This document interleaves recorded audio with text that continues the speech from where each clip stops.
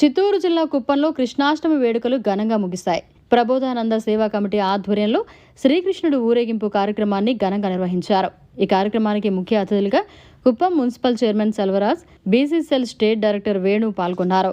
ఈ సందర్భంగా త్రైత సిద్ధాంత సభ్యులు భగవద్గీత గొప్పతనాన్ని వివరించారు. కృష్ణాష్టమి వేడుకల్లో భాగంగా స్వామివారి విగ్రహాన్ని ప్రతిష్ఠించారు. ఈ రోజు చివరి రోజు కావడంతో ప్రత్యేక పూజలు నిర్వహించి అన్నదానం ఏర్పాటు చేశారు. శ్రీకృష్ణుని విగ్రహాన్ని ప్రత్యేకంగా అలంకరించి పల్లకీల్లో పురవీధుల్లో అంగరంగ వైభవంగా కోలాటాలు, నృత్యాలతో బ్యాండ్ మోగిస్తూ ఊరేగించారు. ఈ కార్యక్రమంలో కుప్పం అధ్యక్షులు కృష్ణ, సభ్యులు కృష్ణారెడ్డి, ప్రకాష్, శరవణ, నాగరాజు, దేవరాజు తదితరులు పాల్గొన్నారు. ఈరోజు శ్రీ కృష్ణాష్టమి ఊరు ఎరిగింపు కార్యక్రమానికి ఇచ్చేసిన భక్తాదులు, బంధుమిత్రులు, జ్ఞాన బంధువులు అందరికీ నమస్కారం. ఈ అవకాశం కల్పించిన గురుదేవునికి శతకోటి పాదాభివందనలు. రైత సిద్ధాంత ఆదికర్త, హిందూ జ్ఞాన ధర్మప్రదాత, సంచలనాత్మక రచయిత శ్రీ శ్రీ శ్రీ ఆచార్య ప్రబోధన యోగేశ్వర స్వామివారి దివ్య ఆశీస్సులతో శ్రీ కృష్ణాష్టమి వేడుకలు అనంత విశ్వమంతా రైత సిద్ధాంత ఆధ్వర్యంలో జరుగుతున్నది.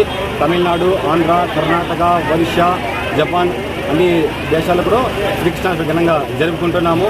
ముఖ్యంగా శ్రీకృష్ణుడు భూమిపైన వచ్చి ధర్మాన్ని బోధించినారు. ఆ ధర్మాన్ని సరళమైన భాషలో రైత సిద్ధాంత గ్రంథం ద్వారా పురుషోత్త ప్రాప్తి యోగం 16-17 శ్లోకం ద్వారా సంపూర్ణంగా వివరించినారు.